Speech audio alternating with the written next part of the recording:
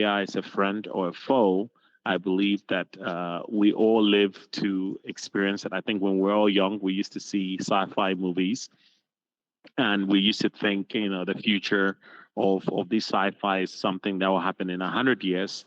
And lo and behold, we've seen the advent of drones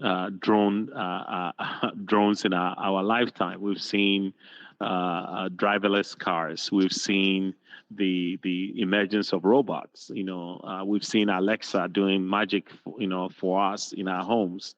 So this is definitely a friend.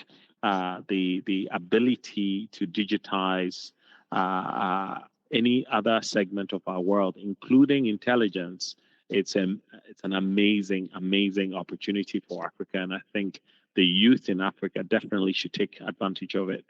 When you think about the journey of digitization that we've gone through, from the typewriter to the current word processors and the mobile phones, you can see that there's been a lot of progress made. And the human generation, the human ecosystem that we live in, this particular dispensation requires that we use time for what time was meant for. And, living in this universe requires us to spend time with human beings. And requires us to enjoy life, to enjoy the ocean, to enjoy the forest, the greenery, basically the whole Garden of Eden, concept. And I believe that because time is so precious, productivity becomes an important element in our world. And productivity has a lot to do with the tools that we use to achieve these levels of productivity. I would imagine that all of you are using your cell phones to record phone numbers of your loved ones, and you're able to save time. If you need to call someone, you don't have to memorize or repeat the memory of this phone number.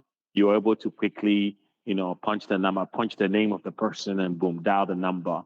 That has basically improved your life in one particular way or the other. If you think about hailing, ride hailing cars today, from your phone, you can quickly locate the car and boom, you're good to go. So we've digitized quite a lot of things. And I think the next level of digitization is going to be digitizing intelligence, right? What we say and how we reason must be digitized. And I think AI has that potential to mimic our human neural network and bring about some element of productivity to our day-to-day operations. Now, these day-to-day operations is going to definitely change the way we free time. Things that we can do in 10 hours could be done now in 10 minutes. And we will be able to free more time to spend time with human beings, loved ones, and enjoy the hobbies that you all enjoy on a daily basis. So just a few words on how we can scale our human productivity, how we can scale productivity, how we can scale intelligence is basically what this AI capability is about to do. So we're basically digitizing intelligence. Now, there are a few technological layers involved. And for you youth in IT, in AI, I think one of the cool things you want to ask yourself is, where should you build your career? What should you do at this point in your life that the AI is with us? I remember vividly when the internet, around the 1994, 95, thereabout, when the internet was becoming a thing. We'll go to libraries and the modem, you have to get a modem and connect to the internet, and so that we can read information at scale. We didn't have to carry textbooks in big bags.